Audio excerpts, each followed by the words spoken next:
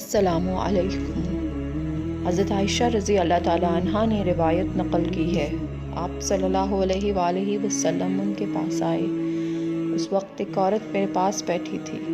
آپ صلی اللہ علیہ وآلہ وسلم نے دریافت کیا کہ یہ کون ہے؟ میں نے عرض کیا فلاں عورت، اور اس کی نماز کی اشتیاق اور پابندی کا ذکر کیا۔